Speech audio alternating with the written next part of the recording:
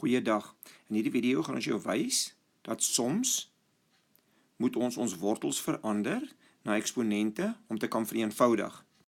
Om hierdie uitdrukking te vereenvoudig, is dit soms nodig om te gaan oorskryf in hierdie vorm. En dan kan ons die vierkantswortel vervang met 'n half. Gaan kyk na die video wat sê wortels verander soms na eksponente 1.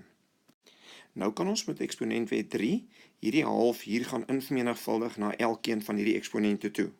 Die eerste ding wat ek gedoen het, is ek die 16 gaan oorskryf in sy priemfaktore. So ons maak 16 2 tot die mag 4. En behou al die ander eksponente. Nou gebruik ons eksponentwet 3 wat sê ons vermenigvuldig daai half na elkeen van daai eksponente toe. Dit het ek vir ons hier in die lig uitgeskryf. Jy hoef nie, jy kan dit sommer in jou kop doen of selfs jou sakrekenaar gebruik.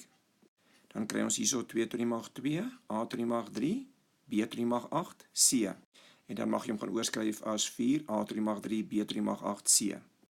So hierdie wortel vereenvoudig lyk so. Voordat ons nog enetjie doen, onthou, indien daar enigiets in skoolwiskunde is waarmee jy 'n probleem het, kan jy die probleem vir ons aanstuur met 'n WhatsApp foto na hierdie nommer toe. Dan sal ons vir jou die probleem probeer oplos en so gou as moontlik vir jou verniet 'n antwoord terugstuur. Nou gaan ons hierdie derde magswortel vereenvoudig. Die eerste ding wat ons gaan doen is ons gaan hierdie wortel vervang met 'n mag van 'n derde. So 'n derde magswortel mag oorgeskryf word as 'n derde in die lig. Dan priemfaktoriseer ek die 27, dan word hy 3 tot die mag 3.